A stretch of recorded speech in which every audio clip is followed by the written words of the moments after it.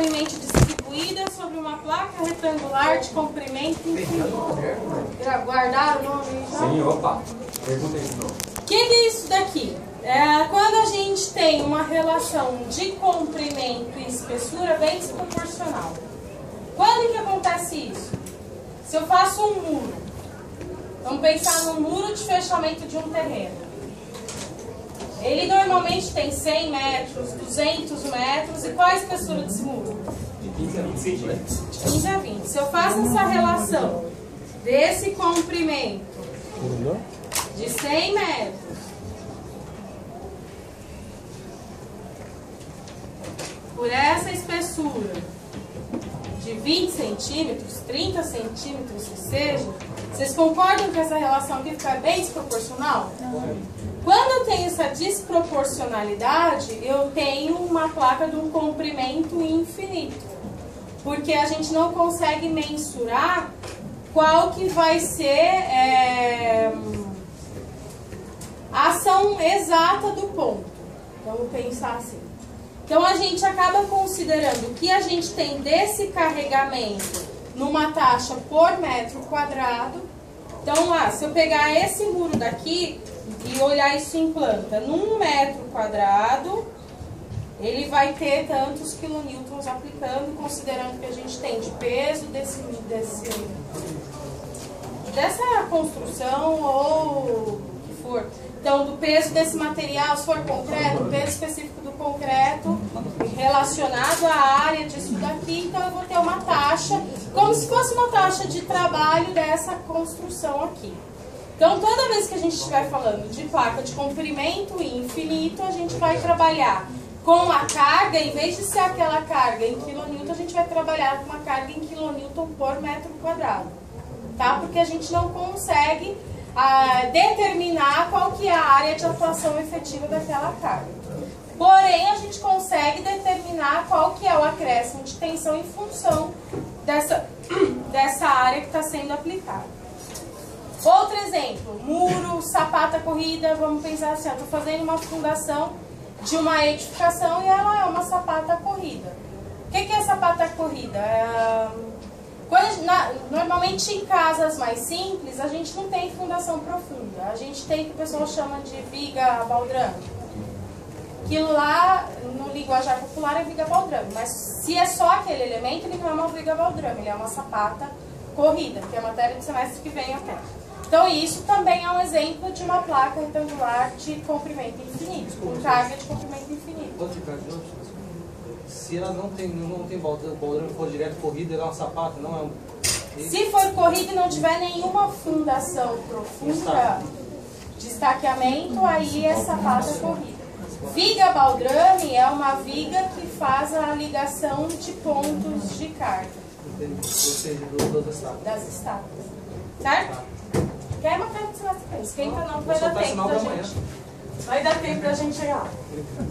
Então, como que acontece esse cálculo desse acréscimo de tensão em função dessa placa retangular uniformemente carregada de comprimento infinito? Ela é uniformemente carregada porque ela tem o mesmo peso em todo o comprimento, já que ela tem dimensões que se repetem em toda a extensão, certo? Então, ela tem esse P aqui que a gente comentou em quilonewtons por metro quadrado, em tonelada por centímetro quadrado, qualquer coisa dessa. E eu tenho um ponto que eu quero estudar, assim como eu tinha na pontual. Pensando novamente em ângulos, a gente vai dar a mesma tratativa. A única diferença é que lá eu conseguia gerar um ângulo. E aqui eu vou gerar pelo menos 4 ângulos. Por que isso acontece? Porque eu tenho a área de influência dessa estrutura de comprimento infinito, certo? Então eu vou ter que determinar, vou sempre trabalhar com essa área delimitada pela extensão dessa carga uniformemente distribuída de placa de comprimento infinito, certo? Então eu vou trabalhar com essa limitação daqui. Se eu trabalho com essa limitação, eu faço a prospecção no meu ponto e daí eu crio, por natureza, um ângulo, certo? Que é esse ângulo maior aqui. Que para nós tá ilustrado O ângulo alfa sempre vai corresponder àquele ângulo de prospecção da minha estrutura, certo? Então, o ângulo que formar em função da forma da estrutura sempre vai ser o alfa. O ângulo que vai formar dessa prospecção da estrutura até o alinhamento do ponto que eu estou estudando, ele vai ser determinado como ângulo lambda. O ângulo delta minúsculo vai ser sempre a relação entre o final dessa placa que eu estou estudando até a distância do ponto. E o beta é a bissetriz do ângulo mais a distância até o ponto, certo? Então eu vou ter que primeiro calcular esses ângulos todos daqui. Quando eu encontrar esses ângulos, o jeito de calcular o acréscimo de tensão acaba ficando bem simplório, porque é só aplicação de fórmula. Que vai ser a carga que eu tenho aqui, que está em kN por metro quadrado, sobre π vezes o ângulo alfa, que é o ângulo da prospecção da figura que eu estou estudando, isso em radiando, mais o seno desse mesmo ângulo, ao invés de ser em radiando aqui, é em grau, vezes o cosseno de 2 vezes beta, que é esse cara aqui. Aí vocês vão falar assim, mas professor, se eu olhar a fórmula, eu só tenho 2 ângulos que eu utilizo para poder calcular qual que é o acréscimo de tensão. Por que raio que eu tenho que saber esse lambda e por que raio que eu tenho que saber esse delta? Só um minutinho, tá?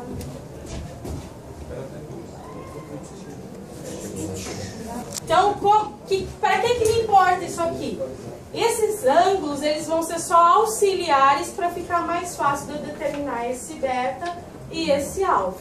Tá? Então, se eu estou com dificuldade de determinar esse beta e esse alfa só com as informações que eu tenho, eu posso utilizar de outros jeitos e eu acabo precisando desses dois. Tá? Exemplo disso se repete com esses dois daqui. A única diferença é que aqui eu estou mudando a relação do ponto que eu estou estudando. Aqui o ponto está deslocado em relação a onde a carga está sendo aplicada. Aqui o ponto já está alinhado com a carga que está sendo aplicada, com o início da aplicação da carga. Então o que vai acontecer é que eu vou ter esses 2 ângulos iguais, porque que acontece aqui? O alfa e o lambda, o que eles têm de diferença é esse delta, que é a distância do início da aplicação da carga até o ponto. Se essa distância não existe, esse ângulo também não. Se ele não existe, esse daqui passa a ser igual a esse. Certo? Então eles vão ser iguais e o beta que vai acabar sendo só a bissetriz exata do ângulo. Certo? Daí tá aqui o jeitinho de calcular. Uma precisão, então? Oi? Precisão do ângulo? Você tem uma precisão do ângulo, é isso? Precisão como? Valor exato. É por cálculo. Não, então. Sim, é um cálculo. 2 casas decimais como a gente vai calculando. E a outra hipótese que pode acontecer dentro desses exemplos é eu ter um ponto exatamente no meio. Se eu tenho um ponto exatamente no meio, essa bissetriz vai ser igual à metade do alfa ou do lambda, certo? E com isso eu consigo calcular o ponto em qualquer lugar que ele estiver em relação à placa que está com o carregamento, tá? Vamos calcular isso para ver como que acontece? Pode ser? Que é esse daqui, ó. Só parar aqui embaixo. Professora, o pi da fórmula seria por causa do bulbo de Por conta tensão? do bulbo de tensão. Ele sempre vai aparecer. Eu tenho um muro que foi construído de 10 metros de comprimento e vamos pensar que ele tivesse espessura de 30 centímetros. A relação já está bem desproporcional. Então eu sei que é uma placa de comprimento infinito. E ele tem carga de 30 kN por metro quadrado e eu preciso calcular qual que é o acréscimo de tensão em função dessa construção num ponto que está a 5 metros de profundidade e deslocado a 2 metros do início do muro. Como que eu vou calcular isso? Primeira coisa que eu faço a prospecção da construção no ponto, certo? Então eu desenho esse cara daqui. Para eu poder identificar quantos ângulos que eu vou ter que calcular desse raio todo aí. Nossa, achei que tinha terminado já o desenho. Quando eu faço isso, eu já consigo determinar quais são os ângulos desse conjunto. Então eu vou ter aqui o beta, vou ter esse cara aqui, o alfa, vou ter esse cara aqui, o delta, e a outra cor é o rosa. E vou ter todo esse cara aqui como o lambda. De todos os ângulos daí, pensando em geometria pura e simples, qual que é o mais fácil de eu calcular? Lambda? Pode ser. Não? O delta, professor. O delta. Delta. Como que eu calculo o delta? Colocou, não sabe? 2 Certo? Isso aí. Que dá? Aí já quer demais. 12,7. 21,80. 21, 2. Vamos ver. São vários.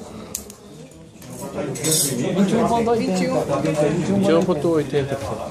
Não, é que apareceram dois. Qual outro ângulo que eu consigo calcular fácil? Lambda, certo? Que vai ser 12.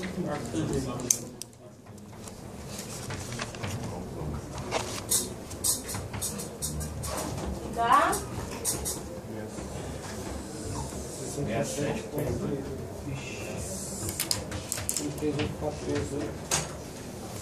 Só olhando aqui, quem que vai ser o meu alfa? Lambda Lambda menos delta. Lambda menos beta. Menos delta. Então o que que vai ser? 67,38 menos 21,80.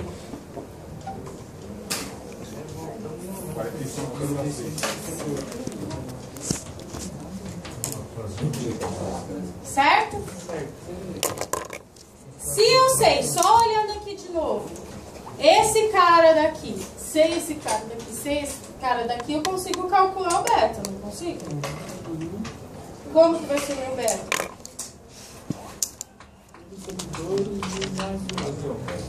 Alfa sobre 2. Alfa sobre 2. Mais alfa, o delta menos. Ah, tá lá. Tá ali, tá. Calculando daí. Alfa sobre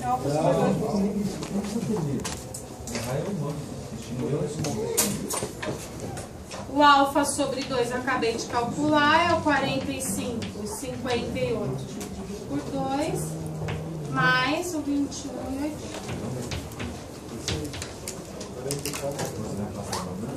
Certeza?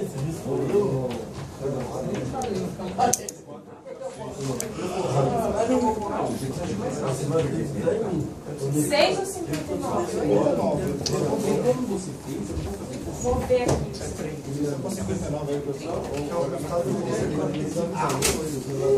Estou já sendo aí, professor.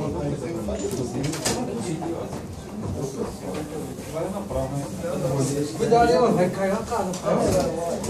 Daí, para eu calcular o alfa radiando, é o alfa que eu já calculei, 45,88 vezes π sobre 180, que dá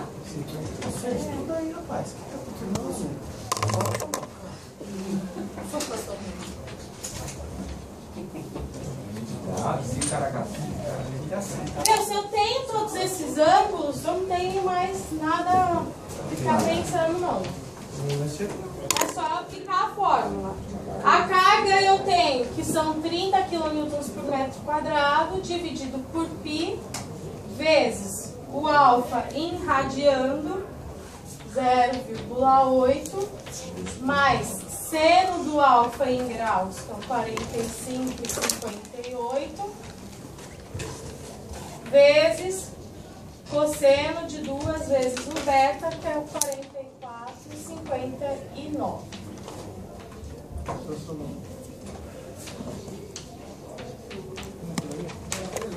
Meu acréscimo de tensão é...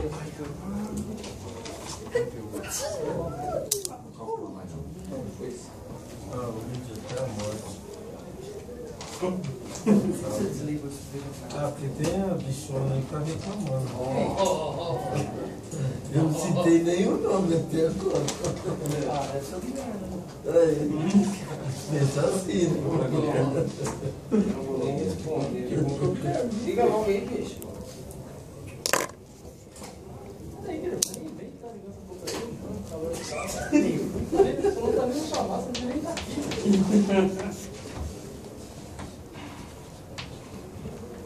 Agora vamos pensar numa coisa aqui. Eu tô com um início de tensão aqui de 30 kN por metro quadrado. E eu descobri que isso vai me resultar num acréscimo de tensão no ponto A de 7,74 kN por metro quadrado. O que isso quer dizer?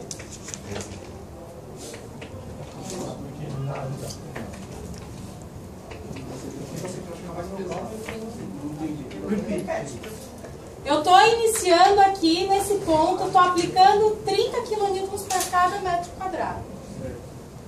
Nesse ponto aqui, está tendo um acréscimo de tensão de 7,74 por metro quadrado, mesma unidade, a gente está trabalhando com o mesmo critério. O que isso quer dizer?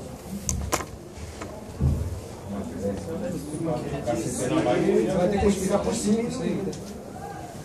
O que aconteceu com os outros 23, 23 quilos? Vamos no 23. 22 e 22 e alguma coisa. O que aconteceu com os outros 22 kN por metro quadrado?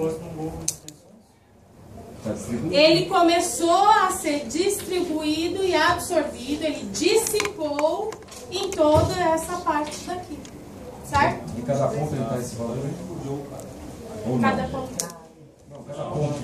Conforme muda o ponto, Do peso muda a dele, tensão, digamos. Tem cada ponto do muro. Não, todo muro ele tem uma tensão de 30 kN para cada metro quadrado. Certo. Então nessa superfície, se eu considerar só a construção do muro, eu vou ter uma tensão de 30 kN por metro quadrado.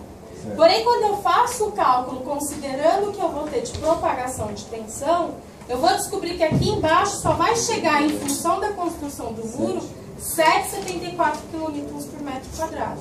Que quer me dizer que os outros 23, 22, que seja, eles acabaram sendo distribuídos por toda essa parte aqui. A tensão do solo acabou absorvendo esses 22. Acabou dividindo eles. Certo? A tensão do solo foi Não chega compatível a ser com partes iguais, né? Mas dividiu, não é isso? partes iguais. Como Entendi. 7,74 para cada ponto. Então. Que ponto? Porque aqui, professor, tem o início do muro, depois tem como ver 3 partes do muro. Tem o início e o fim, certo? Não, só tem o início e o fim. Isso daqui é só para indicar qual que é o meio desse ângulo daqui. Certo, só que não tem um peso. O peso ele vem aí nesse ponto A e tem um ponto fictício B e no final um ponto C. Eu tenho a carga em toda essa região aqui, a aplicação inicial. Então seria nos O pontos muro, quando você faz um muro, vamos pensar que o muro seja essa mesa aqui. Ele está distribuído por igual aqui. certo. Se eu pegar um pedacinho dessa mesa aqui, ele vai ter uma tensão nesse ponto, que é igual a desse ponto, que é igual a E é desse o ponto A. É isso que eu quis saber. Professor, Não, o ponto A não está aqui. O ponto A está aqui embaixo, deslocado da área de influência da mesa. Da área de influência não, da área de prospecção da mesa. Certo. Que é isso que eu faço aqui, ó. Ela está deslocado 2 metros da área de prospecção do muro. É como se você tivesse um muro aqui, a sua casa está aqui dentro desse muro. E aqui você tivesse o poste da rua. certo? E aqui está a rua, Professora, certo? se eu calculo um ponto B na mesma profundidade, porém 2 metros de distância na outra extremidade do muro, vai dar o mesmo valor? Sim. Se for o mesmo solo. Se for o mesmo solo, se ele tiver a mesma profundidade, e é porque ele acaba sendo simétrico, porque você está pensando em uma placa que tem uma carga uniforme. Se ela não tiver uma carga uniforme, ele Daí dá não funciona diferença. igual. Entendi. Tá? A gente está trabalhando por enquanto com placa uniforme, certo? O que acaba sendo diferente é que se de repente aqui você está trabalhando com um solo que, tipo uma argila, e daqui desse lado você já tem o início de uma areia. Professor, esse cálculo que usa para estudo de vizinhança, esse afetar Também, não é só esse cálculo, também existe cálculo. Certo? Tranquilo? Nenhuma dúvida? Acabou a matéria. Como diz a criançadinha, professor, acabou a matéria, eu posso começar outra? Pode, o caderno é seu, filho. Pode fazer o que você quiser com o caderno.